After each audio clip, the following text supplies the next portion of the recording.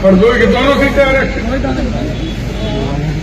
एक सीट पे भी हम लोग लड़ने लायक नहीं रहेंगे।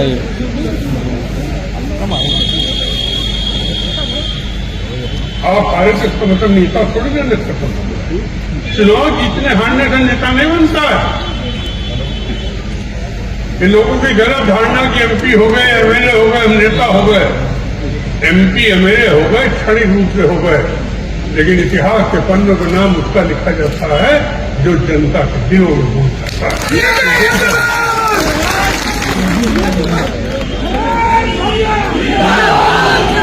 आज पार्टी में तमाम लोग हमारा विरोध करते हैं, उससे करके तब कुछ लोग तो बब्बन क्या ऐसे हैं जो दिन रात बैठ के हमारा विरोध ही करते हैं। और मैं तुम्हारे चिंता नहीं करता हूं कि मैं जब भाजपा में गया तब उन्होंने बड़ा विरोध कर दिया, कभी कुछ नहीं कर पाया, अपनी पोलिंग में नहीं आ पाया। मैं कहता चलिए इनका इनकी मर्जी पूरी हो जाए, इनका खाना तो हजम हो जाए कम से कम। उनकी हालत उस टिटहरी की तरह है जो टिटहरी रात को सोती है तो दोनों पैर ऊपर कर लेती है। एक पक्षी होता है टिटहरी,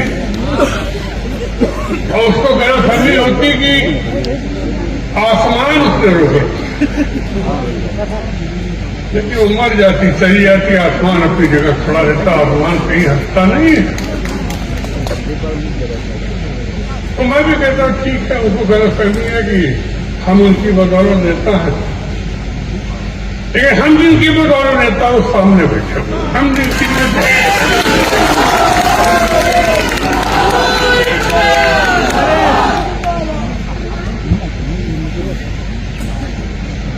कि वो कार्यकर्ता नहीं सिर्फ वोट खाली दे, जान देने वाला भी कार्यकर्ता है।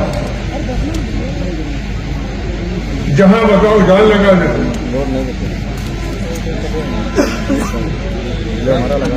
और शायद पार्टी को हमारी जरूरत नहीं है, लेकिन उसके बावजूद भी हम क्योंकि पार्टी में है तो पार्टी को जिताने का काम करती है।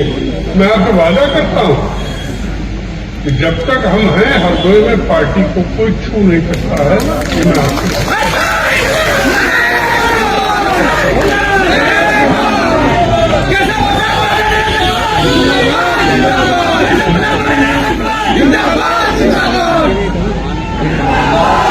बहुत ही कम होंगे जो मन के बाद कहने,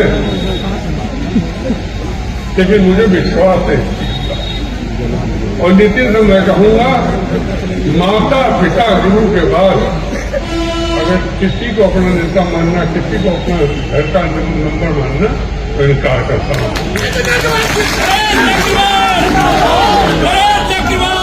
लोग बड़े काटे आगे पाऊं। मैं आज भी कहता हूं सबसे बड़ा अगर किसी का एहसान है तो माता पिता, उसके बाद गुरु का है, भगवान पर हमारी आस्था है, भगवान भी तो सब कुछ उन्हीं का बनाया है। ईश्वर का ब्रह्मा जी ने पूरी सृष्टि की रचना कर डाली, विष्णु जी ने तमाम अवतार दे डाले, तो हम भगवान के रूप में करते हैं। तो बम बोले शंकर उनकी तो महिमा ही अपरंपार है।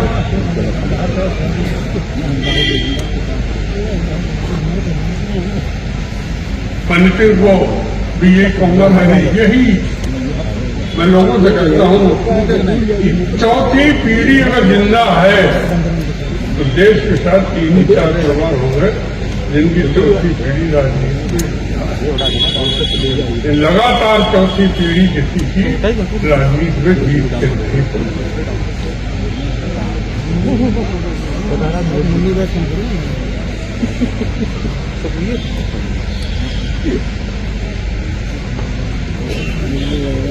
आज विश्व में मोदी जी ने जो स्थान बनाया शादी कब्रों पर,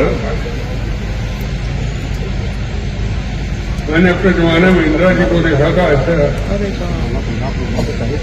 और मैं मोदी जी को देख रहा हूँ।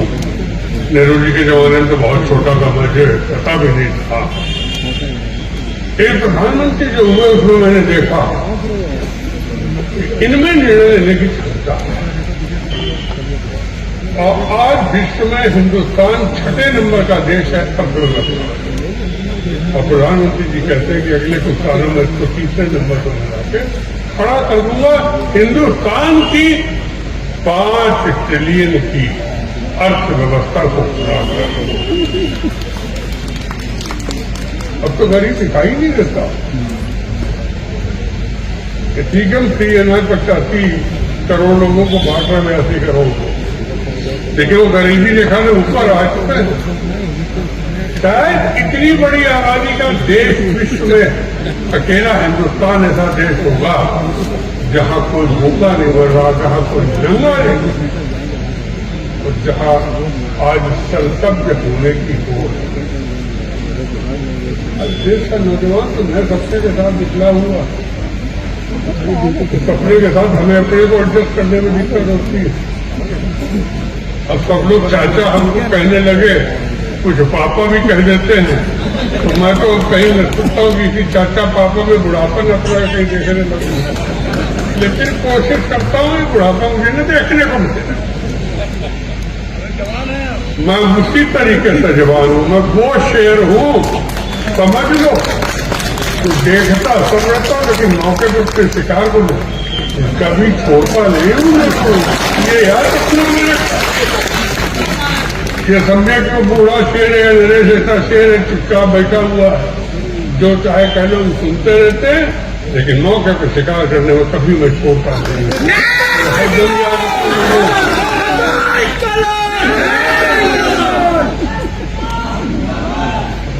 आज उत्तर प्रदेश,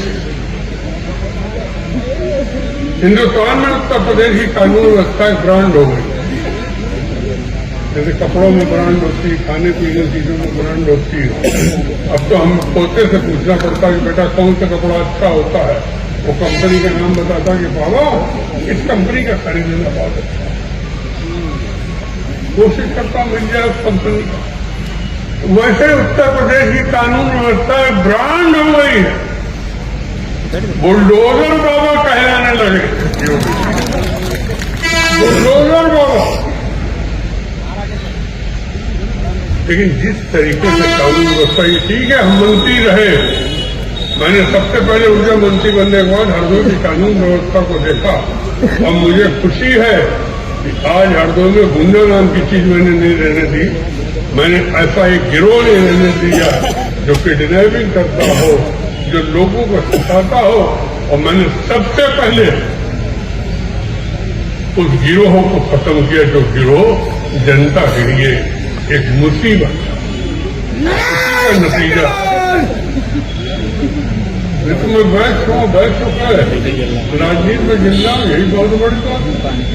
अगर मैं भी आपकी तरह ओबीसी होता अब तक देश में कहीं न कहीं नेता होता, मैं भी बोला जी। मैं तो जब आप अध्यक्ष हुए, नितिन का चुनाव था, चुनाव सब अच्छा दिख रहा था। चुनाव के बाद कुछ लोगों ने कहा कि नरेश जी मौर्य समाज से बात कर लीजिए, मौर्य समाज लगता चला गया है। मुझे विश्वास नहीं, मैंने इंद्रपाल कुशवाहा को बुलाया, तो हमारे यहाँ सब लोग कुशवाहा लिखते हैं।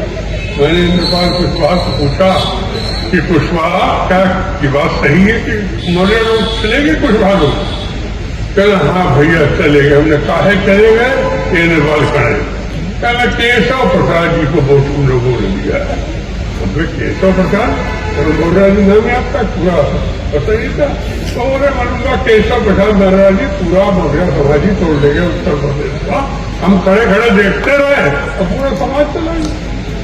ये खड़े इंद्रपाल कुशवाहा, मैंने बात तो पूछा, मुझे खुशी हुई कि नेतृत्व की क्षमता मौर्य जी में है, और भविष्य में इस उत्तर प्रदेश में इस प्रदेश की नेता मौर्य जी बनेंगे, आप जरूर बनेंगे। मेरा आशीर्वाद है कि प्रदेश से लेकर राष्ट्रीय स्तर, आप आपकी उम्र क्या है, प्रदेश से लेकर राष्ट्रीय स्तर तक आप राजनीति करेंगे इन्हीं शब्दों के साथ, क्योंकि आपको बहुत बोलना है। मैं आपका भी स्वागत करता हूँ, अपने बेटे को भी आशीर्वाद देता हूँ, उसको बराबर। ये सुबह निकल जाते, 3 मंदिर रोज दर्शन कर जाते हैं। एक हिंदू था, एक मुसलमान था, दोनों में होड़ हो गई। मुसलमान बोला हमारे अल्लाह में बड़ी ताकत, हिंदू बोला हमारे भगवान में बहुत ताकत। कल अजमा लोग 3 मंजिल मकान पर गए, दोनों ने कहा कि चलो नीचे कूदो, देखें तुम्हारे अल्लाह में ताकत, तुम्हारे भगवान में। मुसलमान कूदा, खाली अल्लाह अल्लाह अल्लाह करके कूद गया और उसको कुछ नहीं हुआ। हिंदू कूदा तो उसने देख कर तो भगवान लोगों का नाम लेना शुरू किया, तो कोई भगवान उसके साथ नहीं खड़ा हुआ, उसके हाथ कर साथ